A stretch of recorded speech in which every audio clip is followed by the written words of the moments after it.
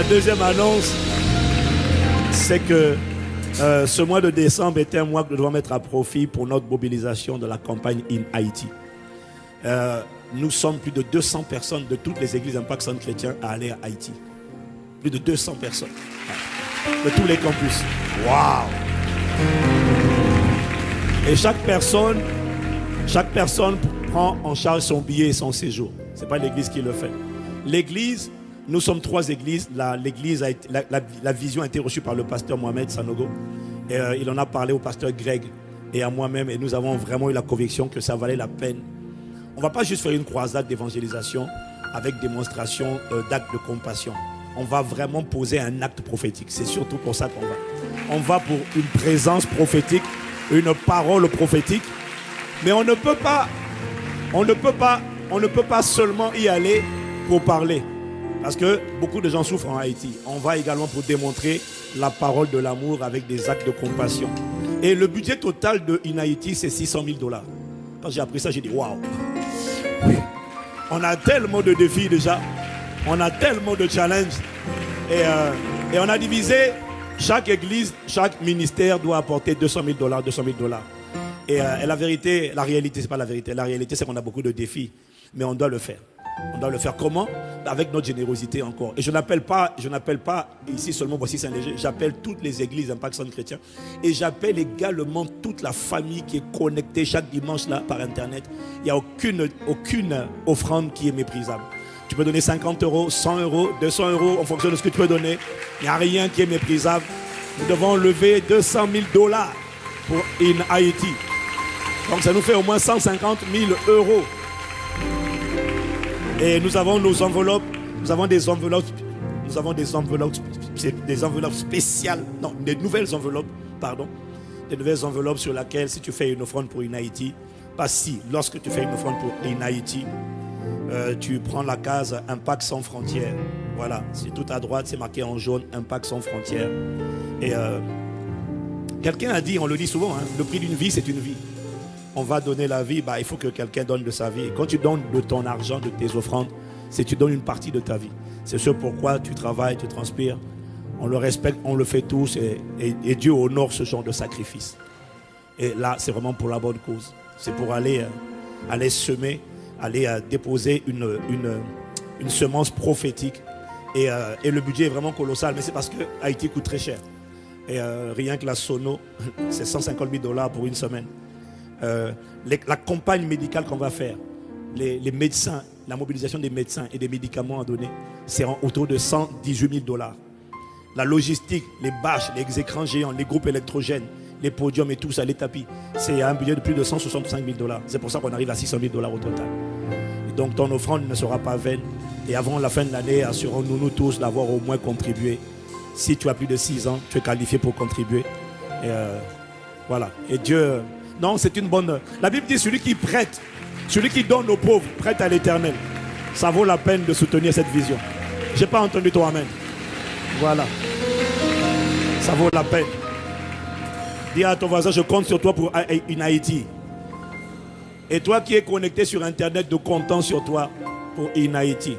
Il y a cliquez, faites un don. Tu peux faire un don à Impact sans frontières pour In Haïti. Quelqu'un dit amen. Et on acclame le Seigneur maintenant.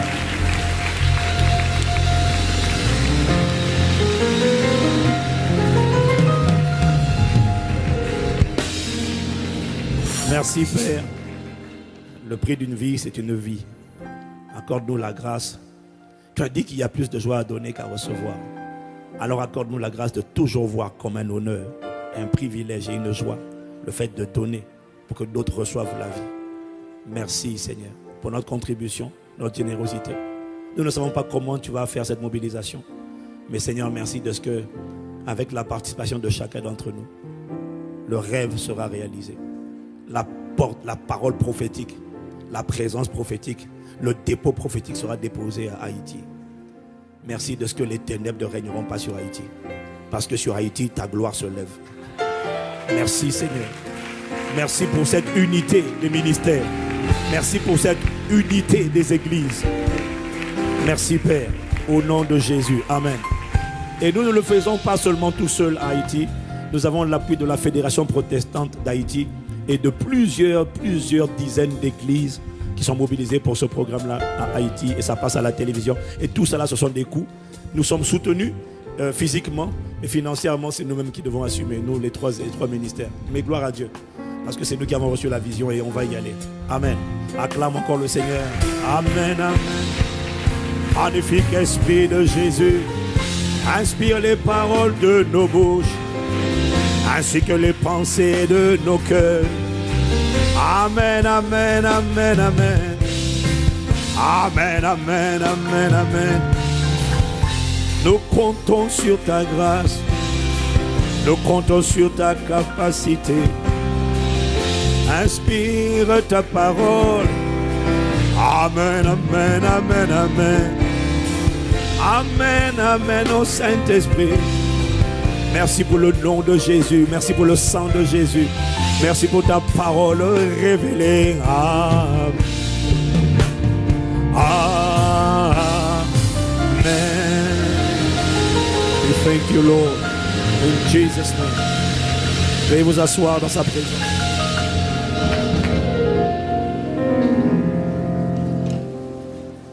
Alléluia. Quelqu'un me dit gloire à Dieu.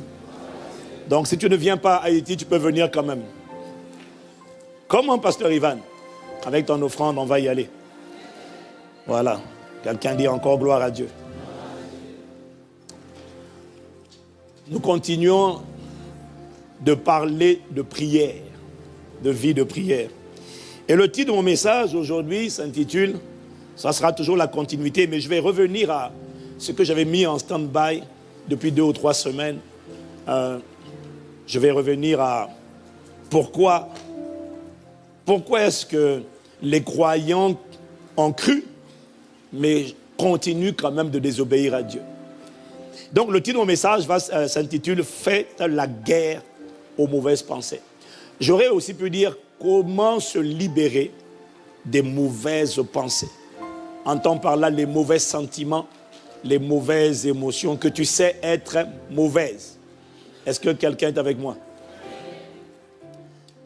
Le Seigneur nous prépare à entrer dans une nouvelle dynamique de prière de l'église locale, où nous associons la prière efficace à la prière persistante. On a dit que la prière efficace, c'est la prière que Dieu exauce.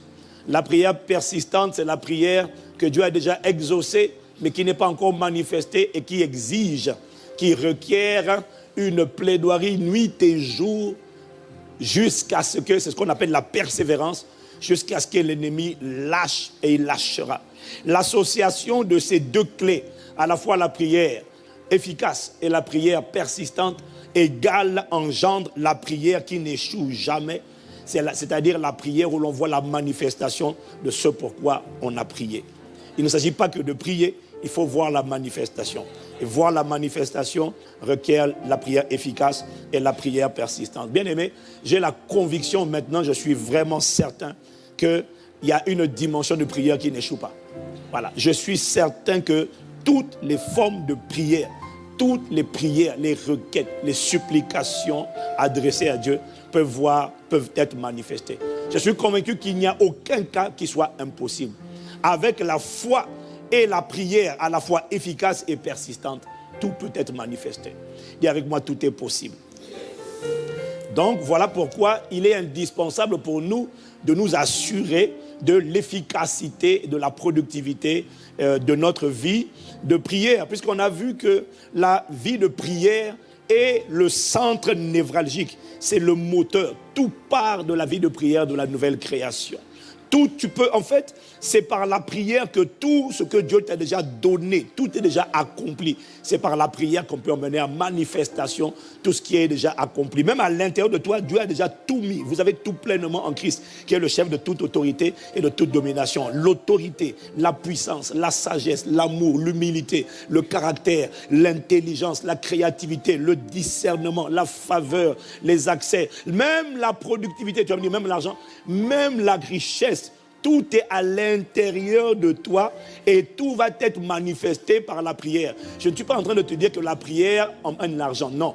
Mais en fait, par la communion avec le Saint-Esprit, tu recevras de la créativité, tu recevras des instructions, tu recevras des directives, tu recevras, Pierre, jette là le filet. Et quand tu jettes là le filet, tu attrapes, pas un poisson, tu attrapes carrément des filets de poissons, que ce soit ton partage au nom de Jésus. Mais tout dépend de ta vie de prière. Je n'ai pas entendu toi, amen. Et alors, je vous ai dit que Satan est tellement rusé que si Satan veut combattre ta puissance, ton autorité, ton caractère, ton éclat, ta lumière, ta splendeur, ce qu'il doit combattre, c'est ta dynamique ou c'est ta vie de prière. Parce que s'il bloque ta vie de prière, il bloque ta vie. Parce que la prière, c'est la respiration de la nouvelle création. Tout part de la prière. Je n'ai pas entendu ton amen. Et donc, Satan est rusé. Et pour bloquer ta vie de prière, donc pour bloquer ta vie, il va tout faire pour nous emmener, toi et moi, à la désobéissance. Parce que nous avons vu que la désobéissance est le dénominateur commun à tous les blocages, les obstacles à la prière. On avait dit qu'ils ont un seul mot commun qui s'appelle la désobéissance. Et on avait posé la question la dernière fois, mais pasteur Ivan, pourquoi est-ce que les croyants, que les athées, les incroyants désobéissent à Dieu? C'est normal, c'est la moindre des choses. Mais pourquoi est-ce que des gens, des croyants qui ont cru, choisissent néanmoins de désobéir à Dieu? Est-ce que c'est parce qu'ils n'en ont rien à faire de Dieu? Est-ce que c'est parce qu'ils se fichent de Dieu? Et je vous ai dit absolument pas du tout. Ce n'est pas qu'ils se fichent de Dieu. Il y a plusieurs raisons pour lesquelles quelqu'un qui a cru dans le Seigneur, qui est bien disposé avec Jésus. Jésus a dit l'esprit est bien disposé. Mais la vérité, c'est que ça ne suffit pas. On peut être disposé, on peut vouloir obéir, mais choisir la désobéissance. Alors la question c'est pourquoi? Et ce matin, je vais voir avec vous la première raison, mais en fait qui sera la continuité du message des 2 dernières semaines. La première raison pour laquelle les gens désobéissent. Qui a envie d'être trouvé désobéissant à Dieu? Puisque ta désobéissance, c'est ça qui bloque tes prières. Tu as envie de désobéir? Ah, qui a envie d'obéir? Les autres sont neutres. Waouh! Mais laisse-moi te dire une chose. À la fin de la journée, tu vas comprendre et tu dois comprendre qu'en réalité, tu obéis toujours à quelqu'un. La seule question, c'est à qui est-ce que tu obéis? Dis amen. Voilà. Moi, je choisis l'obéissance à Dieu. Mon obéissance ne sera pas accidentelle. J'ai prêté allégeance à l'agneau de Dieu. Je choisis l'obéissance à Dieu. Quelqu'un dit amen. Donc, pourquoi est-ce que les gens qui ont cru désobéissent quand même? Sachant qu'en désobéissant, ils sont eux-mêmes les artisans de leur propre blocage. Ta désobéissance ne bloque pas ton voisin. Ta désobéissance bloque toi. Les flots divins qui sont en toi sont bloqués. Donc, tu n'as pas d'autre choix que l'obéissance. C'est pour ton bien. Quand tu dis à un enfant, ne touche pas, ne mets pas ta main sur le feu. C'est pour son bien. Fais le capricieux. Pourquoi? Je veux toucher la gazine. On lui dit, ne touche pas. C'est pour son bien. Tout ce que Dieu te dit, c'est pour ton bien. Aime, honore, pardonne. Ce n'est pas pour ton voisin, c'est pour toi. C'est toi que tu veux protéger. Dis avec moi l'obéissance. Alors pourquoi est-ce que les croyants qui ont cru, on arrive quand même à désobéir? Alors la première raison que je vais voir aujourd'hui avec vous, c'est que les gens désobéissent parce que leur âme est oppressée et que leur esprit est trop faible pour amener leur âme à obéir. C'est le prolongement de ce que j'ai dit la semaine dernière. Je vous ai expliqué, on a parlé de comment une âme offensée, une âme chargée, une âme blessée, est une âme qui est vulnérable et qui sera pressée, poussée vers la désobéissance. Est-ce que quelqu'un me suit? Est-ce que quelqu'un me suit? Une âme, quand ton âme est blessée par l'offense, scandalisé par l'offense, scandalisé par l'impudicité, scandalisé par la jalousie. Parce que toutes ces choses-là, elles font quoi? Elles te poussent à pécher. Quand ton âme est blessée, en fait, ton âme a besoin de paix. Elle a besoin de repos. Mais quand ton âme est agressée, cette agression vise à la faire pécher. Est-ce que quelqu'un me suit? Satan n'attaque pas l'âme comme ça. La chair n'accable pas l'âme comme ça.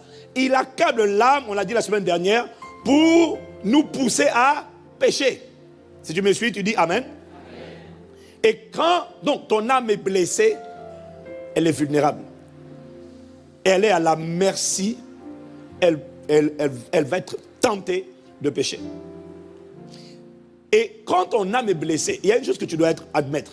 Quand ton âme est blessée aujourd'hui, quel que soit ton titre, quand ton âme est blessée, même si tu étais mature, même si tu avais été déclaré mature hier, la maturité spirituelle. Quand ton âme est blessée aujourd'hui, ça veut dire qu'aujourd'hui, tu es charnel. Ça veut dire que tu es contrôlé par les passions et les désirs de la chair. Est-ce que quelqu'un me suit? Est-ce que quelqu'un me suit? Tu peux avoir été spirituellement mature hier. La maturité, tu vois, dans le monde naturel, quand tu es devenu majeur, tu as dépassé 18 ans, tu as dépassé 18 ans. Est-ce que quelqu'un me suit? Est-ce que quelqu'un me suit? Quand tu as dépassé 18 ans, c'est fini, on ne peut plus revenir en arrière. Dans le monde spirituel, tu peux avoir été déclaré mature hier. C'est Dieu qui atteste de ta maturité. Ta maturité est visible lorsque les œuvres de la chair, l'impudicité, la jalousie, le rejet, l'amertume, tout ça, lorsque ces choses-là ont été complètement guéries, restaurées, et que désormais en toi, on ne trouve que le fruit de l'esprit, l'amour, la paix, la joie, la douceur, la bonté, la tempérance, et non seulement on le trouve, mais il demeure. C'est là qu'on parle de la maturité spirituelle. Mais le problème, c'est que la maturité spirituelle, ce n'est pas comme la majorité dans le monde naturel. La maturité spirituelle, tu peux la voir aujourd'hui et la perdre demain. Si quelqu'un vient, et c'est ça que Satan va faire, à travers les situations de la vie, à travers les événements que tu traverses, les choses que tu entends, que tu vois, tu touches, tu goûtes, etc. À travers les 5 sens, le diable va profiter de tout ce qui t'arrive pour scandaliser, accabler, attaquer tes pensées, attaquer ton âme et la blesser. C'est ce qui fait que tu peux être pasteur, tu peux être leader, tu peux être apôtre, tous les titres que tu veux, mais le jour où tu es amer, parce que quelqu'un a fait quelque chose qui t'a vexé, qui t'a offensé, à cet instant précis, si c'est une pensée qui ne dure pas, il n'y a pas de problème. Mais si tu commences à asseoir, si ce dépôt d'amertume, ce dépôt de haine, ce dépôt de jalousie finit par s'asseoir en toi, quel que soit ton titre, tu es charnel. C'est-à-dire que tu es rempli des passions et des désirs de la chair. Est-ce que quelqu'un me suit? Ça veut dire qu'en fait, rien n'est acquis. On peut être mature aujourd'hui, devenir un épios demain. Et quand on se repent, on est rempli du Saint-Esprit, on est de nouveau mature à cet instant précis, et le lendemain encore, la maturité a disparu. Donc tu vois, c'est-à-dire que tu peux osciller entre la maturité, le népiotisme, c'est-à-dire le bébé spirituel, et tu redeviens encore mature. Mais je prie que tu sois trouvé, que nous soyons trouvés matures au nom de Jésus. Quelqu'un me dit Amen? Quelqu'un me dit Amen? Parce que quand ton âme est chargée d'offenses, de blessures, d'impudicité, etc., de jalousie, etc., tant que ton âme est chargée, ton âme va te pousser à désobéir à Dieu. C'est pour ça que 3 Jean 2 dit, bien-aimé, je souhaite que tu prospères à tous égards et sois en bonne santé, ainsi que prospère l'état de ton âme. C'est pour ça. En fait, tout dépend de l'âme. On le sait, mais on n'en est pas conscient. Parce que quand on en est conscient, tu sais ce qui se passe? On décide vraiment de travailler sérieusement et activement à la restauration et à la guérison continuelle de son âme. Et quand elle est guérie, on veille à ce qu'elle reste guérie et on ne laisse rien de ce qui se passe autour de nous venir blesser encore mon âme et nous ramener encore en arrière.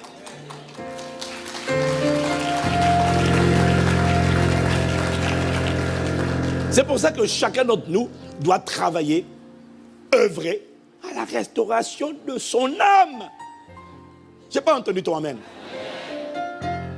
Obéir ou désobéir se situe ou se décide au niveau de ton âme. C'est pour ça que c'est ton âme qui est la cible. Quand on parle de l'âme, on parle du cœur. C'est l'âme qui est la cible du diable, la cible de la chair, la cible du monde. Parce que l'âme est le centre du mouvement et de la décision. Le mouvement vient de l'âme. L'esprit est bien disposé, formidable, mais ça ne suffit pas. Il faut que l'âme soit restaurée. Il faut que l'âme soit conquise. Il faut que l'esprit ait sa main sur l'âme pour dire à l'âme, on obéit. L'esprit, c'est toi. Tu n'es pas une âme, tu es un esprit. Mais ça ne suffit pas. Il faut que ton âme soit rééduquée, restaurée, disciplinée. Quelqu'un me dit amen. Quand ton âme est blessée, ton âme va être pressée, va être oppressée, va être poussée à pécher. Ézéchiel 18, verset 20, nous dit que l'âme qui pêche, c'est celle qui mourra. Dis amen. L'âme qui pêche, c'est celle qui mourra. Et donc 1 Jean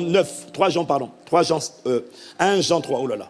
1 Jean 3 au verset 9, si tu es né de nouveau, Jean nous explique, quiconque est né de Dieu ne pratique pas le péché, parce que la semence de Dieu demeure en lui. Et il ne peut pécher, parce qu'il est né de Dieu. Toi là, toi qui m'écoutes là, toi qui me regardes, toi qui es né de nouveau, si tu as accepté Jésus, tu ne peux pas pécher. Pas toi, toi c'est l'esprit, tu ne peux pas. Parce que tu es un avec le Saint-Esprit et Dieu ne pêche pas. Tu es totalement, tu as la nature de Dieu. Tu es participant de la nature divine. Toi, tu ne peux pas pécher. Tu dis, bon pasteur, alléluia, gloire à Jésus.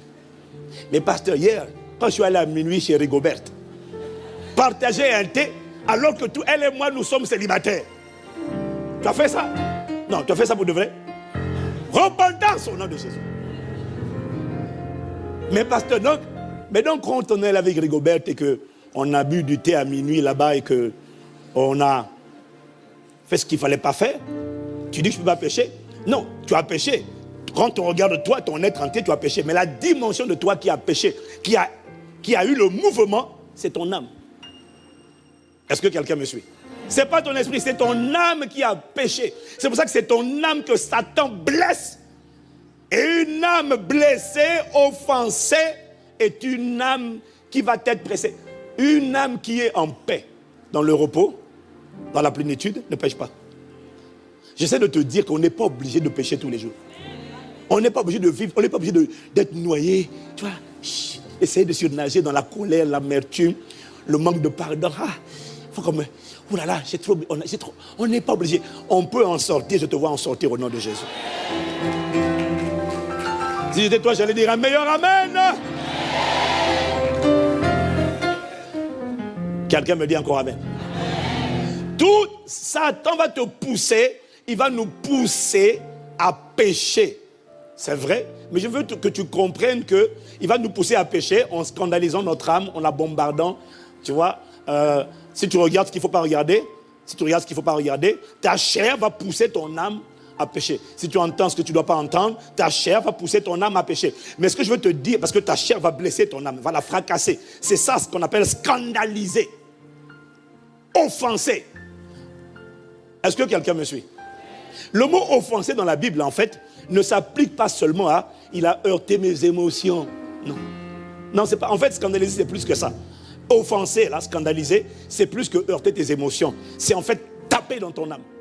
L'impudicité tape ton âme. La jalousie tape ton âme. La haine tape ton âme. La colère cogne ton âme. L'amertume cogne ton âme. Et quand ton âme est cognée, c'est ça qu'on appelle offenser. Parce qu'elle va faire quelque chose qui n'est pas ce pourquoi elle avait été créée. Elle a été créée pour vivre dans le repos. Pour être remplie du Saint-Esprit. Pour être remplie de paix, remplie d'amour, remplie de sainteté. C'est comme ça qu'elle a été créée. Dès qu'elle n'est pas comme ça, elle est offensée. Elle est scandalisée. Elle est blessée. Elle est brisée. Que Dieu te guérisse au nom de Jésus. Donne-moi un meilleur amen. Donc, ce que je suis en train de te dire, c'est qu'une âme blessée est une âme qui sera poussée vers le péché, poussée à pécher. Mais en fait, la vérité que tu dois comprendre, c'est que l'âme peut être tentée de pécher, mais elle n'est pas obligée de pécher. En fait, tout va dépendre de ta capacité à monter la garde, à veiller, et de ta capacité à prier sans cesse.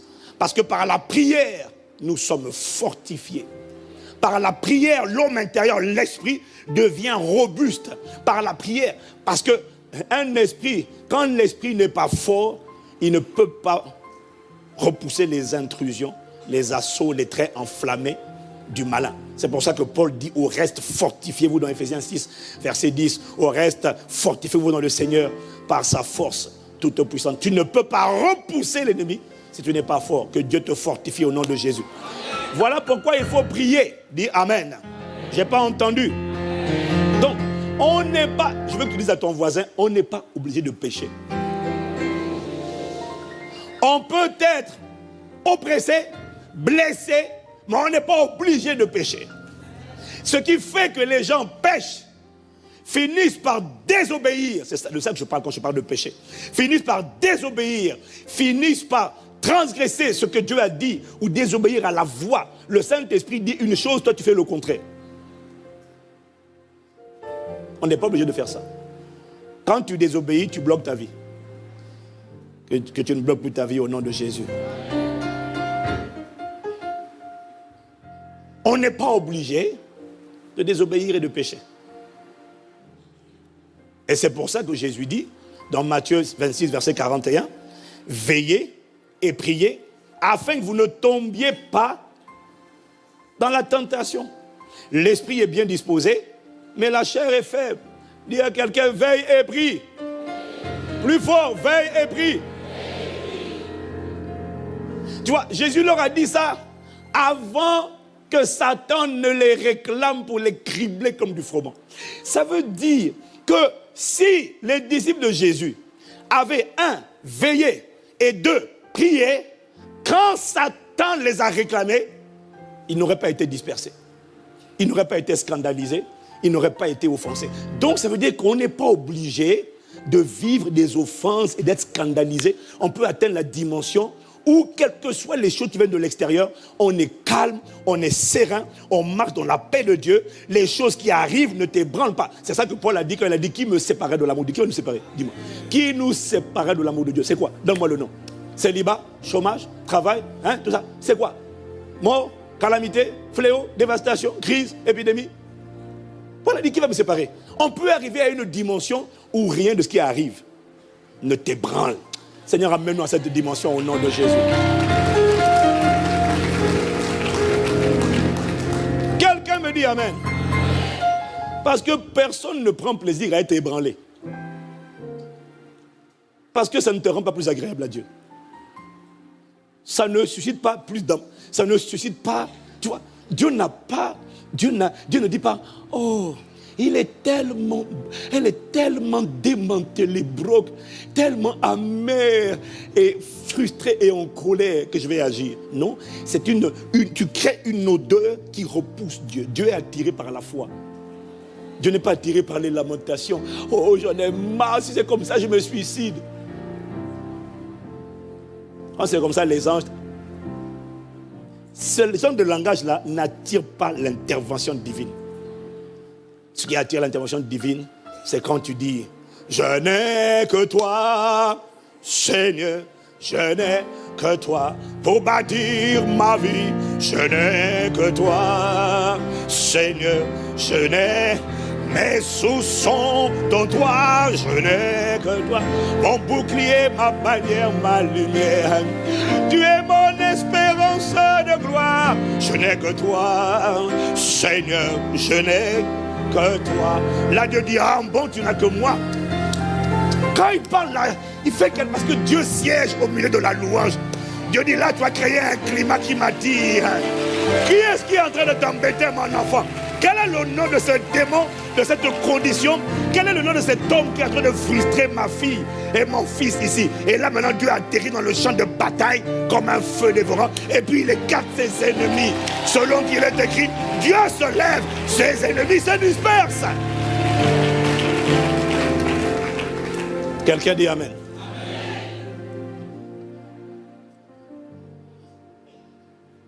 L'obéissance attire Dieu. Parce qu'elle réjouit Dieu. La désobéissance ne le pousse pas à agir. Je te vois choisir l'obéissance au nom de Jésus. Quelqu'un me dit Amen. Voilà, c'est pour voir si tu suis.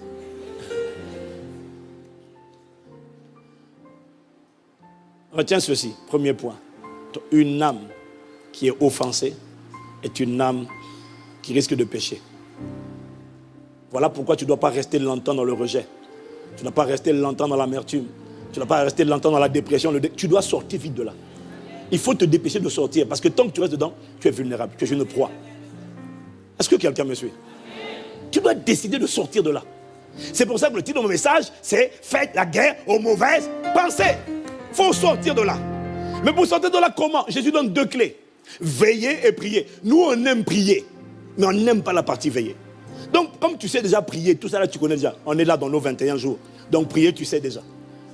Mais je vais insister sur veiller. La veille ne date pas d'aujourd'hui. La veille, c'est pour ceux qui sont déterminés. On ne parle pas de veiller de prière. Hein? Veiller, ce n'est pas veiller de prière de 5 heures, là, de 23 heures à 5 heures. Ça, ce n'est pas veiller. Ça, c'est la veillée de prière. Gloire à Dieu. Mais on ne parle pas de veillée de prière. On parle de veiller aux portes d'accès à ton cœur. Tu savais le nombre de gens qui font des veillées de prière. Dès que la veillée est finie, ils repartent encore chargés l'âme de calomnie, d'injures, de mépris. Hey, Seigneur, aie compassion. Les personnes scandalisées qui scandalisent les autres. Ça s'arrête à Impact Centre Chrétien au nom de Jésus. Dis avec moi, veillons. Voyez, le Saint-Esprit me montrait l'exemple de David. La veille, c'est quelque chose qui est pratiqué c'est une attitude spirituelle qui est pratiquée par les véritables adorateurs, comme David. Vous voyez, David n'avait pas compris c'était quoi la chair. Il n'avait pas la révélation de la chair. Il n'avait pas la révélation de comment la chair fracasse l'âme. Mais il y a une chose que j'ai découverte chez David. Il n'avait pas compris ce que toi et moi nous comprenons aujourd'hui. Et David a grandi dans un environnement, comme tu le sais, David a grandi dans le rejet vis-à-vis de son père.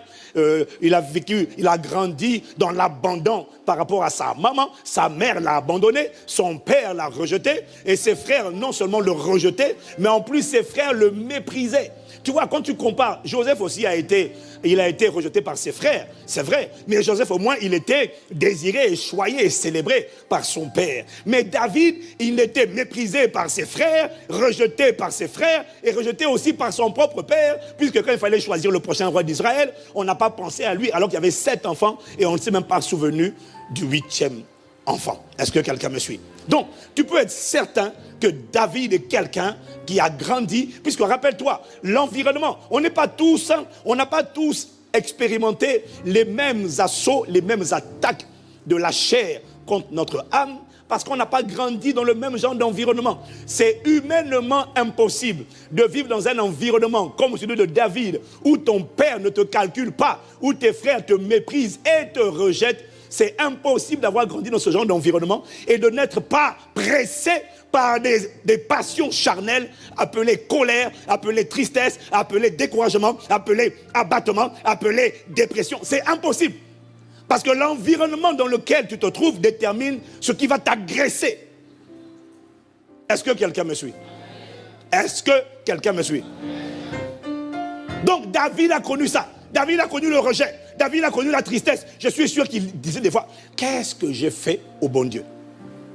Lui aussi devait se dire ça. C'était du moins des pensées qui venaient. Il était forcément saisi par des pensées d'apitoiement. Je n'ai pas dit qu'il demeurait dedans, mais je dis que c'était forcément des pensées, des émotions, des sentiments qui frappaient à la porte de son cœur et qui disaient, laisse-moi rentrer.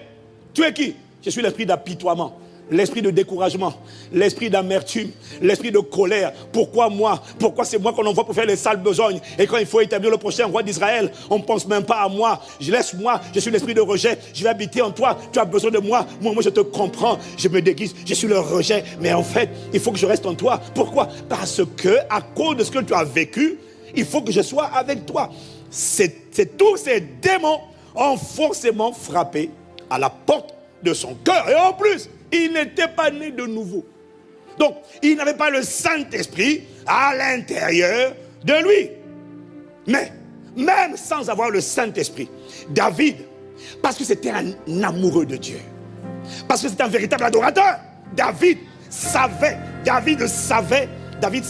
que toute émotion d'apitoiement, de tristesse, de peur, d'abattement, de colère, David savait que toute émotion qui n'était pas de Dieu, parce qu'on sait ce qui est de Dieu, et on sait ce qui n'est pas de Dieu.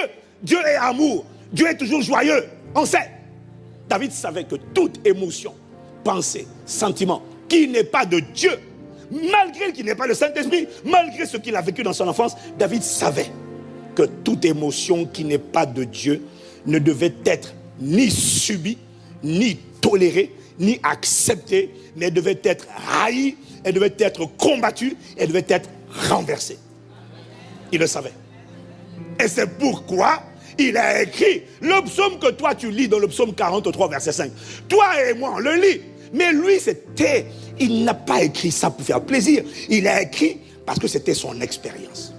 Quand il a dit, pourquoi t'as battu mon âme et gémis-tu au-dedans de moi?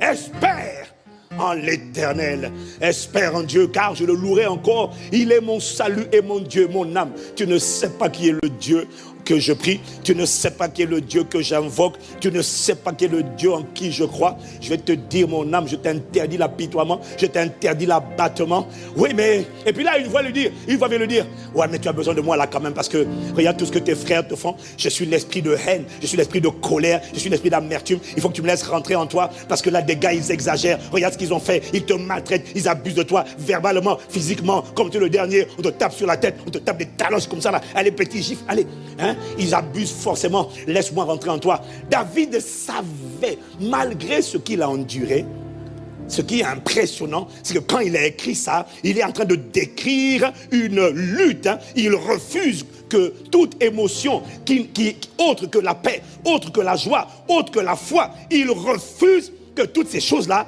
s'assiedent dans son cœur. Il refuse. Et il prend son âme à bras le corps. Il dit non. Parce que s'il dit pourquoi tu as battu mon âme, ça veut dire que son âme était déjà piquée. Ça veut dire que son âme était déjà atteinte. Ça veut dire que tout ce qu'il était en train d'endurer était en train de le cogner. Mais il n'a pas dit qu'il va s'asseoir. Le problème de notre génération, c'est qu'on s'assied. Tu sais que tu es amer, tu sais que tu as besoin de reconnaissance, tu sais que tu te sens rejeté, tu sais que tu te sens coupable, tu sais que tu as l'impudicité, tu sais que tu as la colère, tu sais que tu as la jalousie. Mais David ne restait pas là. David est mon âme. Tu es comme ça, pourquoi? Viens ici, espère. Toi, il est en train de dire, viens ici, viens ici. Sous-entendu, tu ne vas pas rester avec ça. Tu vas sortir, ces choses vont sortir de toi, mon âme. Moi, je suis un esprit. Ça ne va pas rester là. Ça ne va pas rester, ça ne restera pas en moi. En fait, David était en train de pratiquer ce qu'on appelle veiller. C'est ça la veille. C'est ça, veiller. Dis amen. C'est ça. Veiller, c'est surveiller toutes tes pensées et les passer au portique, au scanner de la parole de Dieu pour examiner si tes pensées sont conformes à la pensée de Christ et si tes sentiments sont conformes, sont en harmonie avec les sentiments de Christ. Veiller, c'est passer les pensées au filtre de la parole de Dieu, des pensées de Christ, selon qu'il est écrit. Et c'est ça qui est écrit, les pensées de Christ sont expliquées dans Philippiens 4, au verset 8, version du semeur. Enfin, frères, nourrissez-vous de tout ce qui est vrai, les pensées de vérité, les pensées nobles, les pensées de justice, c'est-à-dire la justice et l'obéissance à la loi, les pensées pures, les pensées d'amour, dignes d'amour ou d'approbation, tout ce qui mérite le respect et la louange, tout ce qui est encouragement, tout ce qui est révérence et respect, ça doit être ça l'objet de vos pensées. Maintenant, s'il y a une pensée de haine, de rébellion, de désobéissance, il y a une pensée d'amertume à la place de l'amour, il y a une pensée de rejet à la place de l'approbation, il y a une pensée d'impureté à la place de la pureté, il y a une pensée d'injustice ou d'iniquité à la place de la justice, s'il y a une pensée de mensonge à la place de la vérité, c'est une pensée que vous devez scanner, analyser, et si elle n'est pas de Dieu, vous dites à cette pensée, tu restes dehors, tu n'entres pas, tu ne t'assieds pas sur le trône de mon cœur, tu ne trouveras pas de place en moi.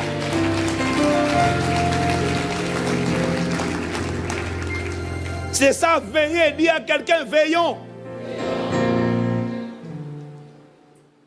Toute pensée, tu vois, la veille, c'est toi qui l'as fait. C'est pour ça que Dieu dit, garde ton cœur. C'est toi qui dois veiller. 2 Corinthiens 10, verset 5. Ce message, tu l'as déjà entendu pour beaucoup. Mais quand le Saint-Esprit le donne, je sais qu'il y a des choses qu'on a entendues, mais on n'en est pas conscient. Seigneur, accorde-nous la grâce d'obéir. Quelqu'un me dit Amen. Quelqu'un me dit Amen. Tu vois? David a dit toute émotion qui n'est pas de Dieu. Tout sentiment. Parce que tu sais ce qui n'est pas de Dieu. Tu sais que la tristesse n'est pas de Dieu. Tu as déjà vu triste? Tu as vu Dieu triste? Si Dieu est triste, la seule tristesse que tu as le droit de tolérer, c'est la tristesse que tu ressens pour les âmes perdues. C'est la tristesse que tu ressens pour les gens malades. C'est la tristesse, voilà, ça c'est la tristesse de Dieu. Et c'est une tristesse qui le met en colère. Voilà, ça oui. Mais toi, c'est quelle tristesse? Hein? Pourquoi tu es triste? Elle a dit aux autres sœurs du groupe que j'étais une chipie. Elle a dit que je n'étais qu'une traînée. Je suis offensé. Ça, c'est pas la tristesse de Dieu, ça. Et vous savez, quand je dis ça, j'aime bien les gens qui disent le plus de Amen. Parce que ce sont souvent...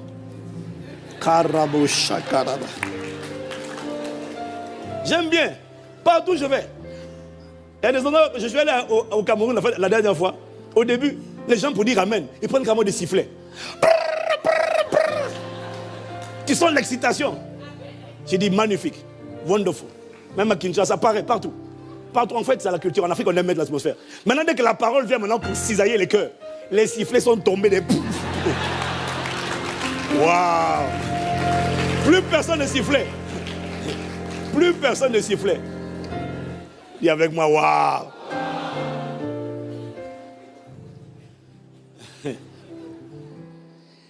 Mon frère, veiller, c'est monter la garde, passer les pensées, les émotions, les sentiments, les faire passer au scanner de la parole de Dieu. Et c'est toi qui dois veiller. Et quand tu veilles, tu fais quoi? Veiller, c'est quoi? C'est interroger son âme. Quand il y a un intrus dans ton âme, il y a une pensée intrus, il y a une pensée de jalousie, il y a une pensée d'impureté. Tu dois lui demander, tu fais quoi là? Tu dois parler à ton âme. Tu sais comment les chrétiens parlent à leur âme? Il n'y en a pas. Les gens parlent de leur âme, mais ils ne parlent pas à leur âme. Oh, pasteur, mon âme, je me sens triste. Est-ce que tu dis à ton âme pourquoi tu es triste? Non, mais je vous le dis à vous, pasteur. Mais tu veux que je fasse quoi? Parle à ton âme. Demande à ton âme. La tristesse, là, c'est pourquoi? Alors la tristesse va te dire, je suis là à cause de ce qu'on t'a fait. Tu as besoin de moi, laisse-moi rentrer. On t'a trop fait souffrir. On t'a trahi. Regarde comment ce mari t'a parlé. Si moi je suis toi, je fonds en l'âme. Hey! Au début, ce sont toujours des suggestions. Mais tu dois parler à ton âme. Pourquoi tu es là? À cause de ce qu'on m'a critiqué, on m'a sali.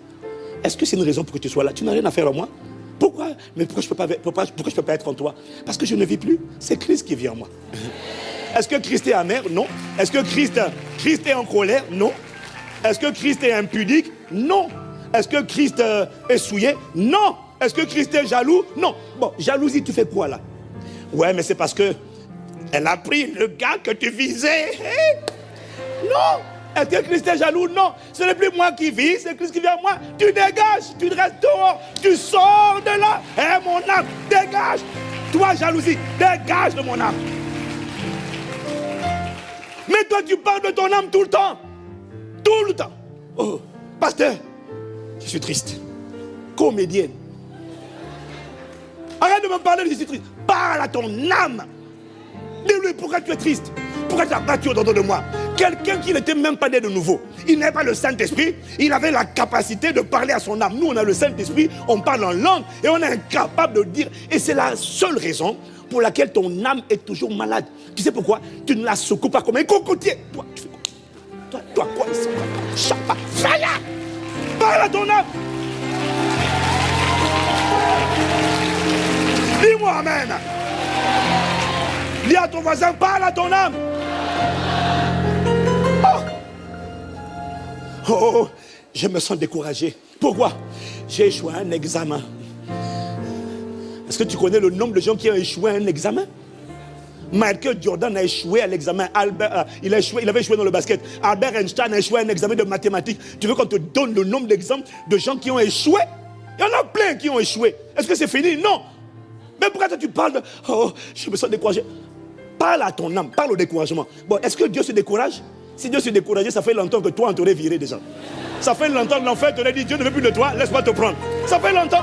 Est-ce que Dieu se décourage? Non. Alors pourquoi tu autorises le découragement dans ton cœur? Eh mon âme, allez relève-toi. C'est ça.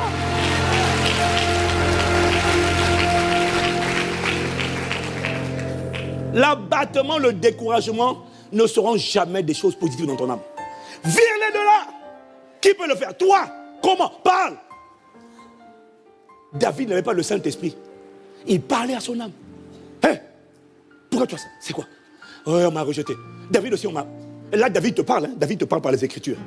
Mon type. Ma typette. Tipesse. Hein? Moi aussi, on m'a rejeté.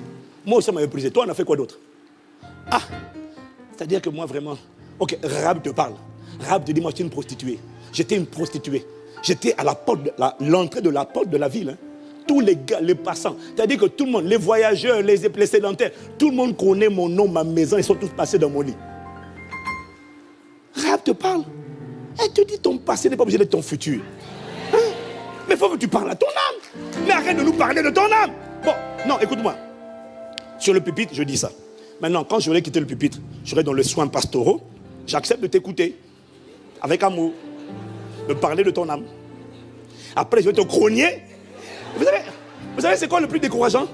Le plus décourageant, c'est quand tu viens de prêcher un message sur le courage.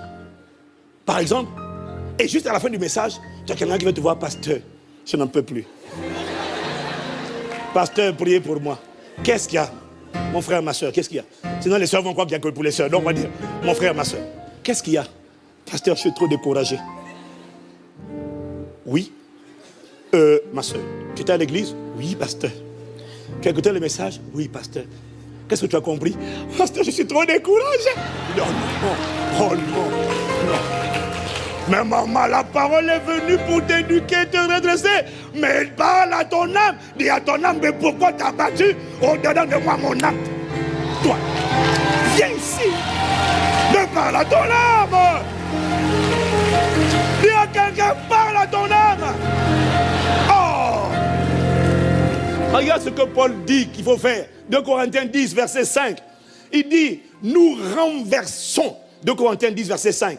Nous renversons les raisonnements et toute hauteur qui s'élève contre la connaissance de Dieu. Oui, non, j'ai mis version 8 secondes. Nous renversons les raisonnements et toute hauteur qui s'élève contre la connaissance de Dieu et nous emmenons toute pensée captive. On lui dit, viens ici, tu te soumets, pensée d'impudicité, pensée de rejet, pensée de tristesse, pensée d'abattement. Il y a certains combats. Est-ce que tu en triomphes en une journée? Non. Mais à force d'être violent et de dire, mon âme, tu vois, arrête arrête de parler. Je me sens triste, je me sens découragé, je me sens... Dis à ton âme, Christ n'est pas comme ça. Je refuse d'être comme ça. Je vais te dire une chose. La vérité, tu sais, personne n'est à l'abri. Tout le monde doit apprendre à discipliner son âme. Il y a des choses qui ne vont pas te combattre. Mais moi, j'ai compris, le Saint-Esprit me montrait que l'offense, en tout cas l'offense là, ça va attaquer tout le monde. Ça va attaquer tout le monde. Tout le monde ne sera pas attaqué par l'impudicité. Tout dépend de là où tu es. Mais tu dois parler à ton âme et lui demander, toi tu fais quoi là? Qu'est-ce que toi, pensée de toi tu es là pourquoi? Mais il y a une pensée, je vous le disais, je le redis encore aujourd'hui, qui va attaquer tout le monde. Tout le monde ne sera pas exposé au rejet, non, mais tout le monde sera exposé à l'offense. Est-ce que quelqu'un me suit? Et quel que soit ton titre, tu dois apprendre à parler à ton âme, parce que l'âme d'aucun de nous ne sera épargnée. J'ai découvert que, moi j'ai compris pourquoi il y a beaucoup de pasteurs qui tombent dans la dépression. Parce que c'est une réalité. J'ai compris pourquoi il y a beaucoup de pasteurs qui démissionnent, qui abandonnent le ministère. Beaucoup.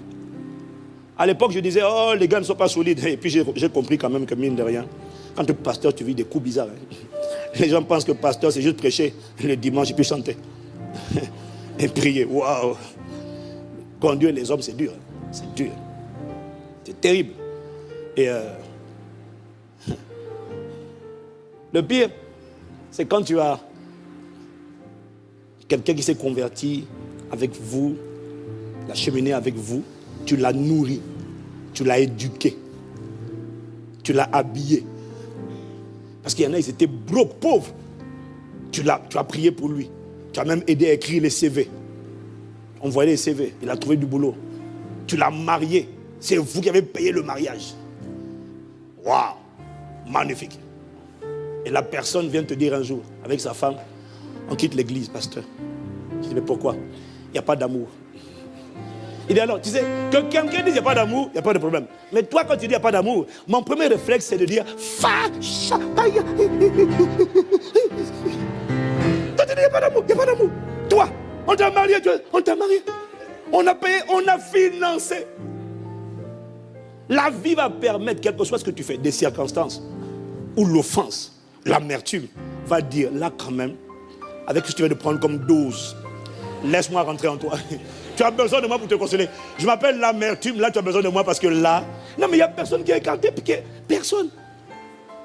Mais pourquoi chez certains ça marche et pourquoi chez les véritables adorateurs ça ne marche pas? Parce que les véritables adorateurs ont dit, mon âme, on va glorifier Dieu. Christ sera révélé. Christ sera visible.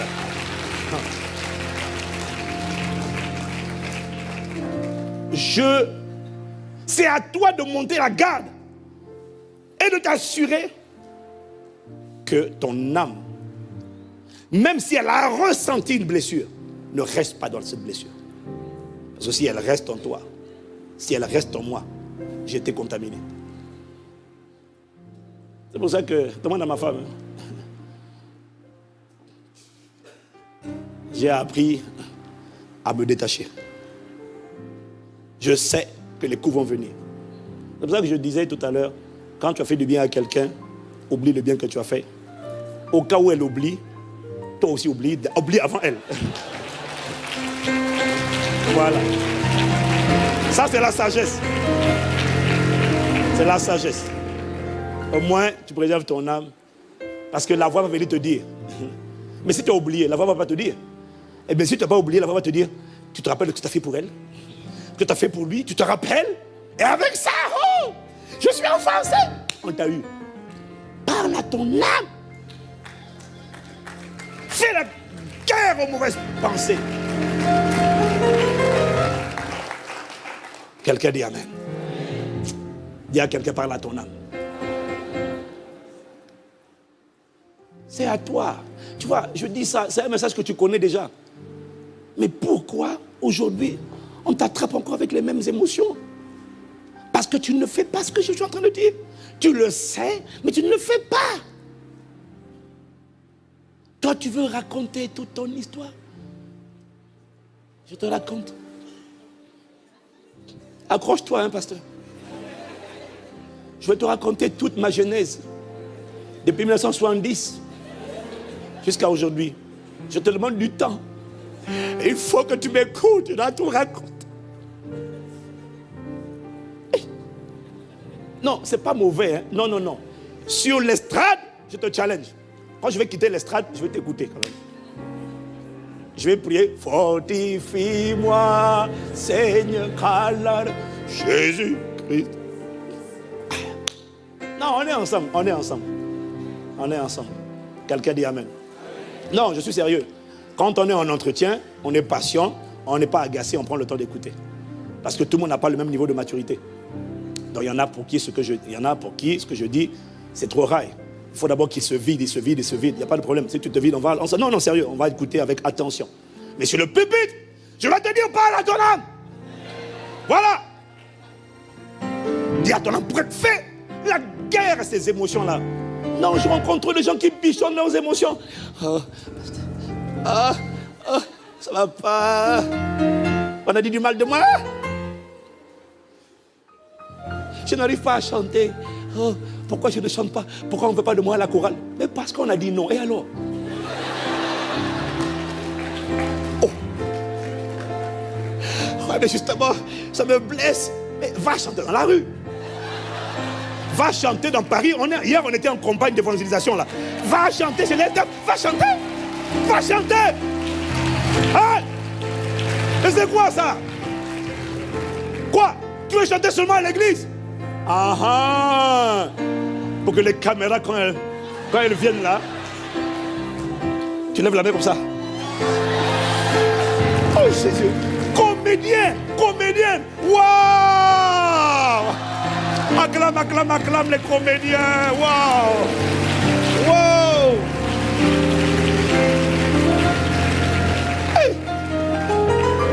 Hey, le cœur de l'homme. Le cœur de l'homme. Mais parle à ton âme. La Bible dit dans Hébreux 4, verset 12, la parole de Dieu, car la parole de Dieu est vivante et efficace, plus tranchante qu'une épée à deux tranchants, pénétrant jusqu'à partager âme et esprit, jointure et moelle. Elle juge les sentiments et les pensées du cœur. La parole de Dieu est comme un portique de sécurité. Comme un agent de sécurité qui se tient au portique de sécurité et qui filtre tout ce qui traverse le portique. Quand tu vas à l'aéroport, que tu veux voyager, tu as un contrôle de sécurité avant de prendre l'avion. Est-ce que quelqu'un me suit? Quand tu passes le portique de sécurité là, il y en a plein qui ne sont pas habitués à voyager. Donc comme ils ne sont pas habitués, dans leur bagage à main, ils ont tout mis. Ils ont mis leur boîte de déodorant, ils ont mis leur grand parfum, ils ont tout mis, parce qu'ils ne sont pas habitués.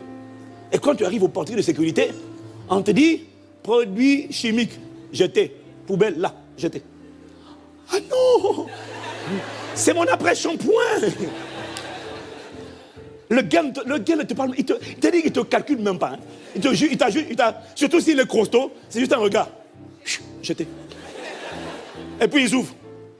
Quand une bouteille d'eau qui dépasse 100 ml. Ah non, mais c'est pour si j'ai soif. Jeter. Quoi d'autre encore on demande de jeter là? Hein? Les parfums qui dépassent, tout ce qui dépasse 100 ml, il faut jeter. Produits chimiques, jeter. Produits explosifs, jeter.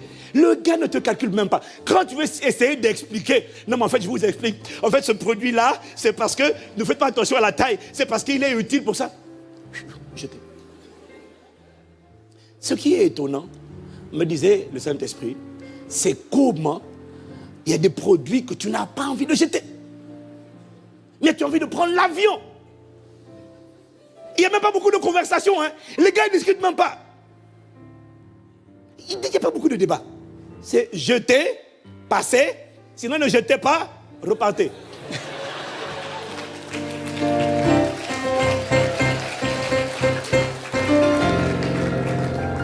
Et ce qui est étonnant, c'est comment nous tous, sans exception, on obéit. Pourquoi? Parce que je n'ai pas envie de rater l'avion, je dois y aller quand même. Donc, tu es en train de montrer que tu sais et tu peux faire quelque chose, même quand ton âme n'a pas envie.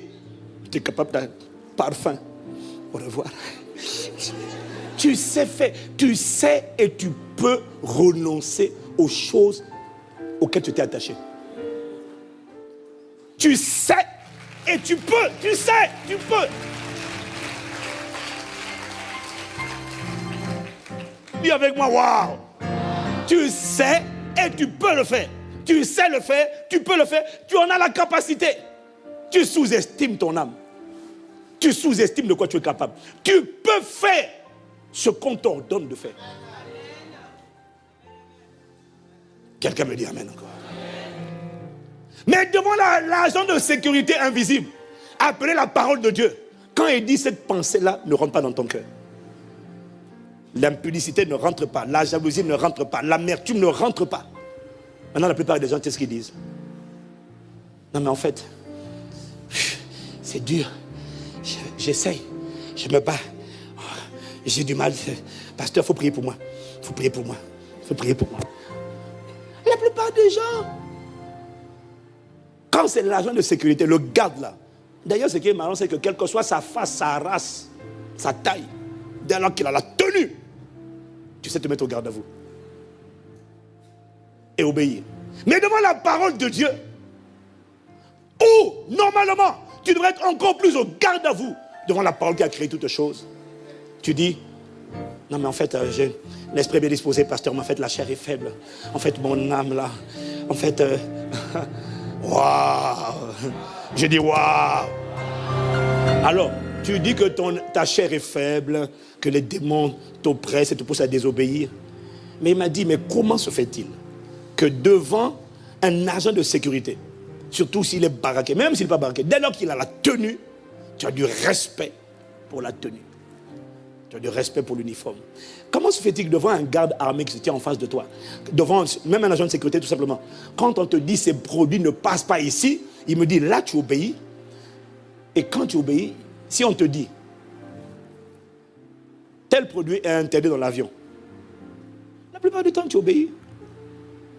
Alcool, si on te dit l'alcool interdit, tu obéis. Est-ce que quelqu'un me suit? Les plus grands fumeurs, ils n'arrivent pas à ne pas fumer pendant 10 minutes. Ils doivent fumer toutes les demi-heures. Et quand tu lui demandes pourquoi tu fumes, c'est pas évident, j'arrive pas. Comment tu expliques que le même gars, quand dans l'avion, tu as un gros baraquet qui dit fumer est interdit dans l'appareil, coucher avec son conjoint est interdit dans les cabines de l'appareil. Donc tous les impudiques qui disent je ne peux pas me retenir. Quand tu vas en Australie, c'est 24 heures de vol.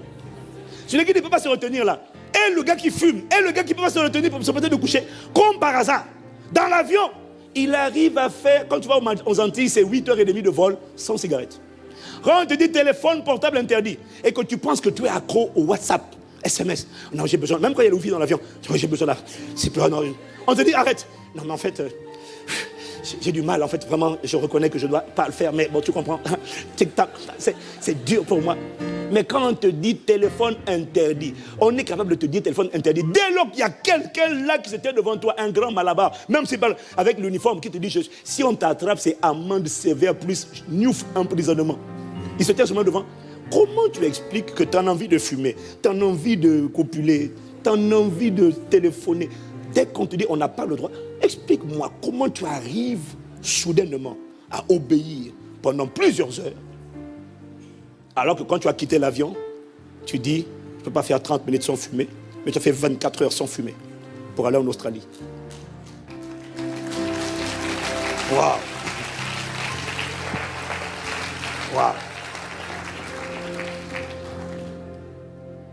Ça veut dire qu'en fait, tu n'as pas un problème de force. Non. Tu as un problème de discipline avec ton âme. Tu sais et tu peux faire tout ce que Dieu demande de faire. On dit, mais pour être alcoolique, parce que des fois on accuse les démons. Ah non, il y a des esprits là, je me sens oppressé.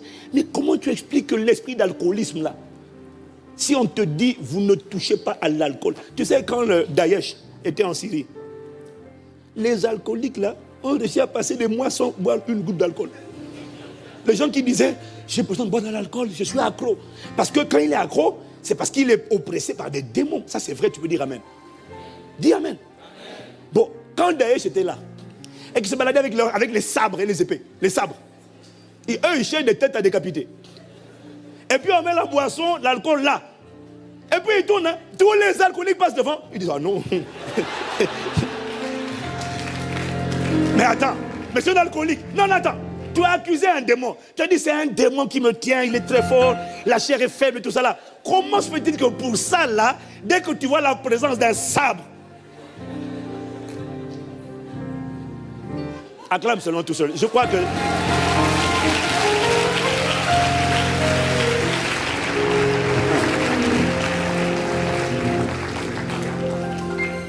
Donc, quand un être humain en uniforme, idéalement avec une arme, te dit ça ne passe pas. Tu dis, mon âme a des tendances, a des pulsions, mais t'inquiète pas, ça va aller, je vais la gérer. Mon âme va se calmer. Maintenant, quand la parole invisible de Dieu, ou quand l'ange du Seigneur, parce que le Saint-Esprit te parle souvent par ton ange. Le Saint-Esprit a beaucoup parlé à Paul à travers l'ange qui était assigné à sa protection. Ton ange peut te parler. En fait, des fois, tu entends des voix. C'est le Saint-Esprit qui te parle, mais c'est ton ange qui est en train de te donner les directives. Il te dit, cette amertume-là, cette impudicité-là, cette offense-là, ce rejet-là, tu ne dois pas le garder. Mais comment tu expliques que quand c'est un homme qui te dit ça, tu as ton alcool là, ou même tu as dit non, c'est la colère. Bon. Quand tu as le pistolet, mets-toi en colère, il n'y a pas de problème. J'ai le droit de tirer dès que je me sens menacé. Là, brusquement, la colère a disparu. Mais quand c'est la parole de Dieu qui vient par le Saint-Esprit, ou c'est une voix invisible qui te dit, cet alcool-là, cette drogue, cette cigarette, cette addiction, cette impudicité ne rentre pas ici. Pourquoi tu commences à dire, non, en fait, je me sens faible. C'est pas ma faute, vraiment, c'est une faiblesse. Il m'a dit, tu sais ce que ça révèle? Ça révèle que tu n'as aucune conscience. En fait, tu n'as aucune conscience de la présence de Dieu. Ça révèle que tu es un être qui ne marche qu'avec tes 5 sens. Tu n'es pas un être spirituel. Tu es un être charnel qui dépend des 5 sens. Tu n'as aucune conscience de la présence de Dieu. Tu n'es pas un être spirituel. Tu es aussi pire. Tu es comme Balaam, le faux prophète. Quand Dieu voulait l'arrêter, il conne l'âne. L'âne rase le mur. Il frappe l'âne. L'âne s'arrête. Il frappe.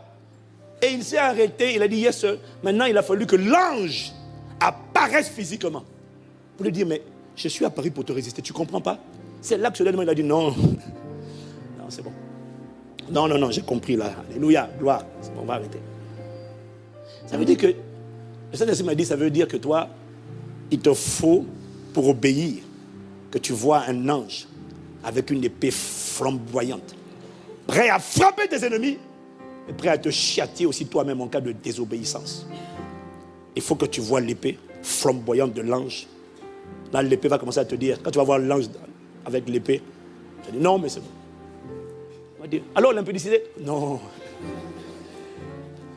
Quand tu vas venir le soin pastoral, on fait le check-up. Hein, on dit, alors c'est comment tu avais des tendances un peu truc là. Oh, pasteur, non. Parce que dès que tu ouvres les yeux, tu vois un ange avec une épée. En fait, c'est ça qu'il te faut. Mais si c'est ça qu'il te faut, ça veut dire que toi, tu marches par la vue. Tu ne marches pas par la foi. Alors Dieu a dit, mon juste vivra par la foi. S'il se retire, mon âme ne prend pas plaisir. Car sans la foi, il est impossible de lui être agréable. Dieu n'a pas l'intention, pour t'amener à obéir, de faire apparaître un ange à tes côtés en permanence. Pour que tu le vois, que tu sois persuadé que tu as intérêt à obéir. Dieu ne le fera pas.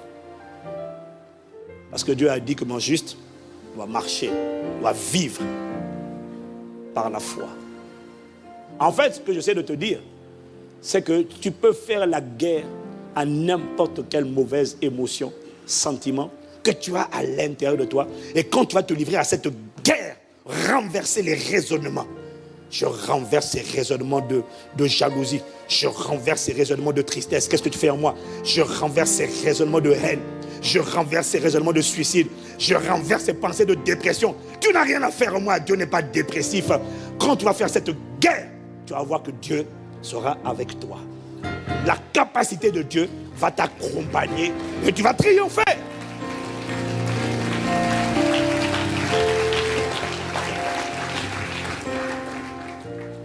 Mais la plupart parlent de leur âme. Ils ne veulent pas parler à leur âme. C'est pour ça que ça fait longtemps que tu trimbales les mêmes choses. Tu n'attaques pas. Tu ne prends pas ton âme à bras le corps.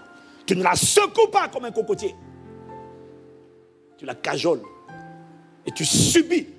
Là où David, dans l'Ancien Testament, ne subissait pas. Il dit, mon âme, non, espère en Dieu. Car je le louerai encore. Je n'ai pas décidé de devenir un incrédule. Mon âme, on va aimer Dieu. On va bénir Dieu. On va oublier aucun de ses bienfaits. On va célébrer mon Dieu tant que j'existerai. Tu vas venir avec moi, mon âme. Je ne serai pas seul. Tu vas obéir. Tu vas obéir. Parle!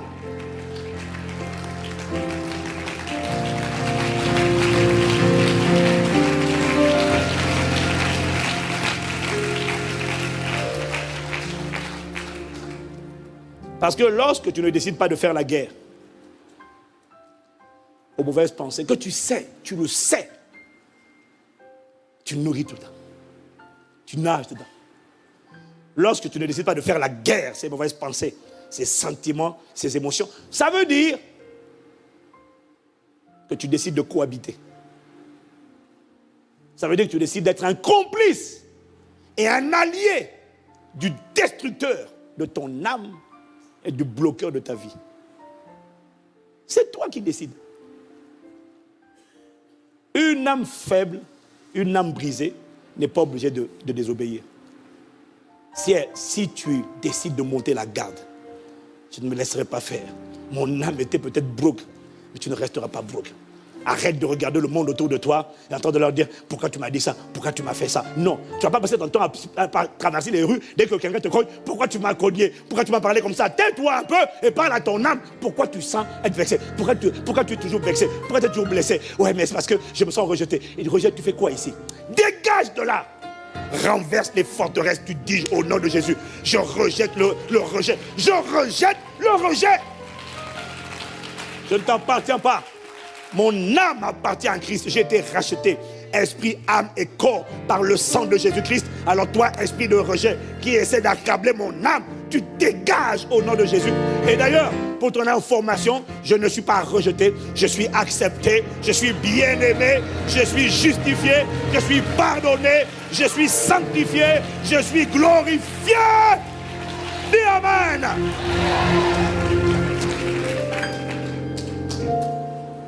Tu peux faire cette guerre. Plus vite tu t'engages dans cette guerre, plus vite tu remportes la bataille.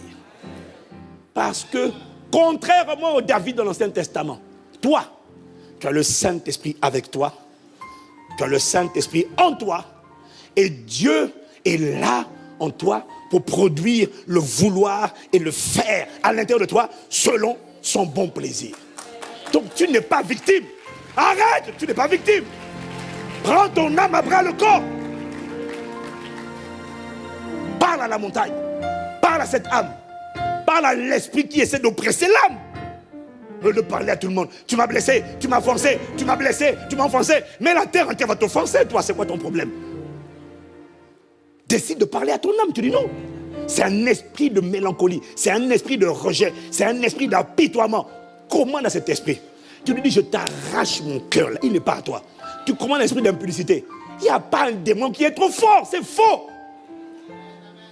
C'est parce que la plupart ne veulent pas parler à, pour faire parler de. Cette parole, elle ne peut pas échouer. Arrête, la Bible n'a pas changé. Dieu n'a pas changé. Il y a trop de témoins ici, dans la BIBLE, qui ont été cognés, blessés et fracassés, et qui ont triomphé quand même par l'amour de Dieu. Que ce soit ton partage au nom de Jésus.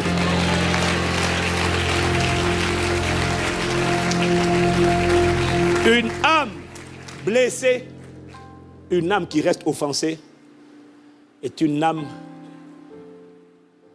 Si ton âme est blessée et qu'elle demeure comme ça, je ne te fais pas confiance. Dieu ne te fait pas confiance. Les gens qui ont le discernement ne te font pas confiance. Parce que tu seras un piège pour toi-même.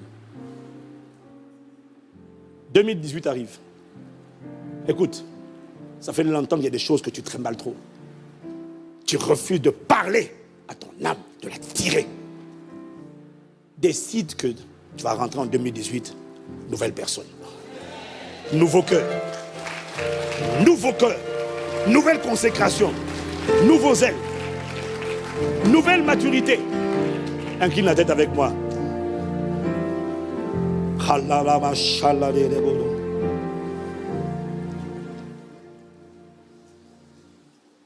Ouvre les yeux. Tout à l'heure.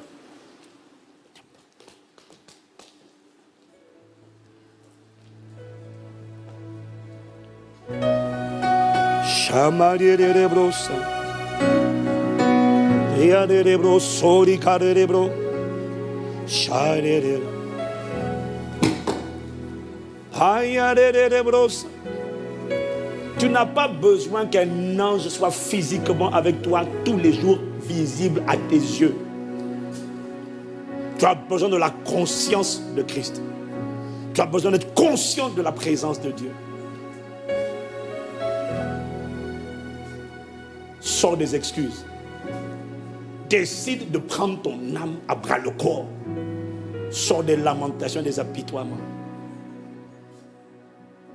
Décide d'œuvrer activement à la restauration, à la guérison de ton âme. Car c'est d'elle que viennent les sources de la vie.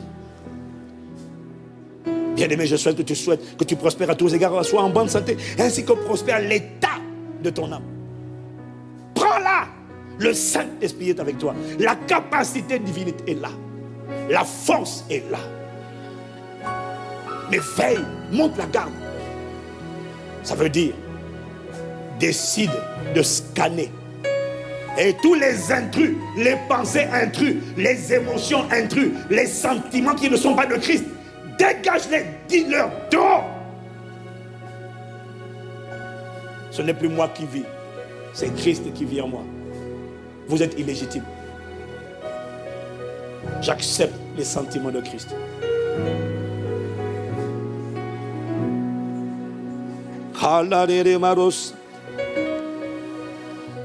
Ouvre les yeux de mon cœur, Père.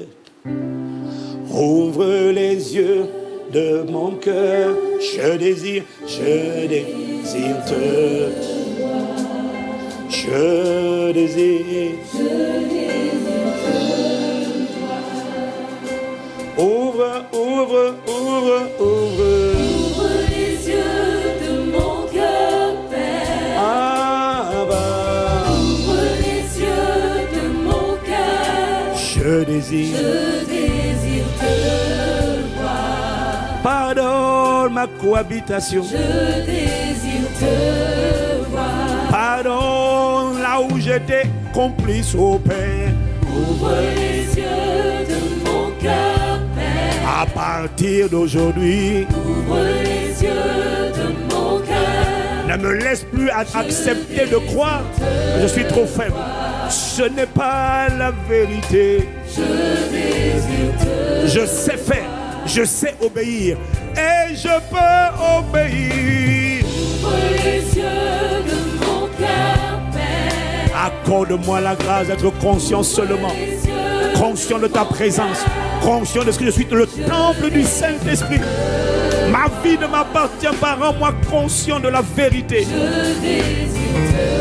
Joseph n'avait pas besoin de voir un ange pour dire non à la femme de Potiphar. Il était conscient que Dieu était avec lui. Ouvre les yeux de mon cœur. Père, je désire. te voir. Père, je désire. te voir. Pardonne mes excuses, pardonne nos excuses, pardonne notre comédie, pardonne nos hypocrisies. Pardonne parce que nous n'avons pas voulu prendre notre âme, parler à notre âme. Nous aimons parler de notre âme, mais nous n'aimons pas parler à notre âme. Nous allons voir les psychologues et les psychiatres pour parler de notre âme. David parlait à son âme, pas de son âme. Eh mon âme, qu'est-ce que tu fais avec l'amertume? Qu'est-ce que tu fais là, Roger? Tu n'as pas le droit d'être là. Tu n'as pas le droit. Je ne t'autorise pas. Christ seul doit être pleinement formé.